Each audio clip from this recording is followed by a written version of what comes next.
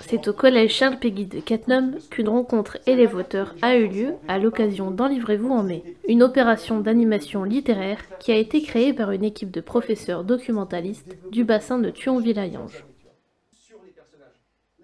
Alors aujourd'hui, on a eu la chance de recevoir deux auteurs qui ont pu rencontrer deux classes de 3e dans le cadre de l'opération Enlivrez-vous en mai. Une manifestation qui a été préparée et organisée par notre professeur documentaliste, et les élèves de 3e ont étudié par avance des livres qui étaient proposés dans la sélection. Donc ils ont pu préparer cette visite avec leur professeur de lettres et ils ont été ravis vraisemblablement de pouvoir échanger avec des auteurs dans des genres très différents. Côté gestion, la rencontre a totalement été gérée par les professeurs documentalistes et le personnel des différents collèges. Du point de vue pratique, au niveau du collège, c'est assez simple parce que les élèves sont dans leur salle de classe et restent avec leurs professeurs, ceux qui les ont préparés.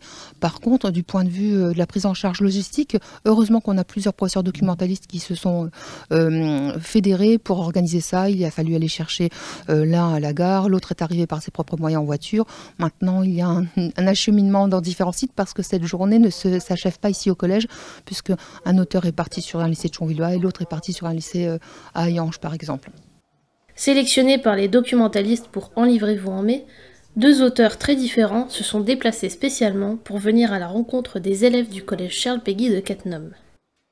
Parce que j'ai été l'un de mes romans qui s'appelle Rattrapage, qui est un roman, celui-là, réaliste pour adolescents, a été sélectionné pour un prix régional en fait, où les collégiens et lycéens de la région l'ont lu avec d'autres livres, d'autres auteurs. Et peut-être que je vais gagner, ou peut-être pas. Mais en tout cas, c'est pour ça que je suis là, pour rencontrer mes lecteurs qui ont participé au prix. Réaliste, fantasy ou cyberpunk, Vincent Mondiaux ne se spécifie pas dans un genre particulier et préfère se laisser porter par ses inspirations. Comme pour son livre Les Derniers des Branleurs, où l'on suit une bande d'adolescents en classe de terminale à l'approche du bac. Franchement, un peu de tout. Je suis un auteur un peu dur à suivre là-dessus parce que je change un peu à chaque roman.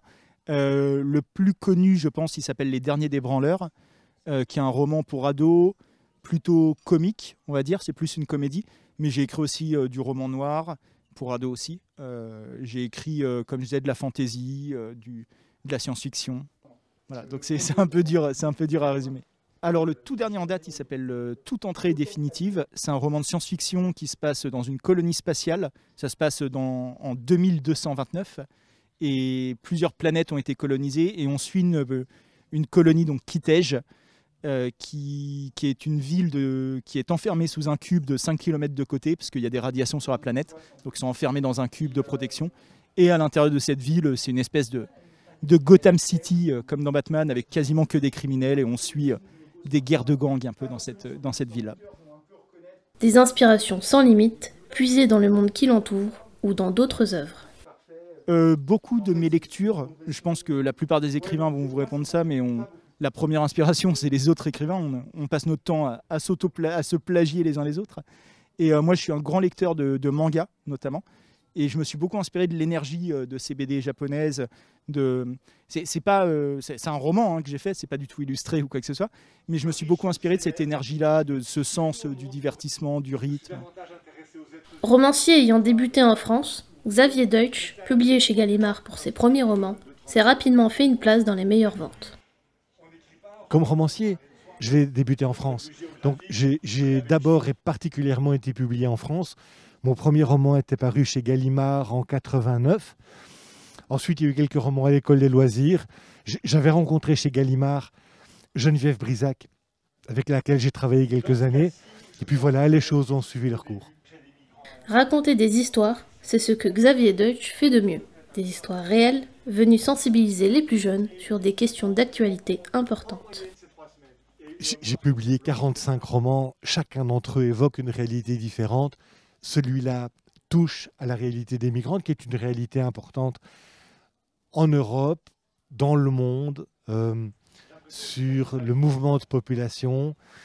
C'est une question qui est importante sur le plan humain, sur le plan politique, sur le plan des valeurs. Et voilà, C'est ce roman qui évoque et qui brasse tout ça par l'intermédiaire d'un personnage particulier, ce jeune Brahim arrivé du Soudan. Avec Homme noir sur fond blanc, l'auteur livre aux élèves de 3e du collège Charles Péguy un roman engagé et sensible et offre à ses jeunes lecteurs une vision du monde aussi puissante que douloureuse. Je pense qu'ici, au collège, les adolescents ont lu un de mes romans dont le titre est Homme noir sur fond blanc, qui est paru aux éditions Mijade et qui évoque le parcours de personnes migrantes à travers l'Europe.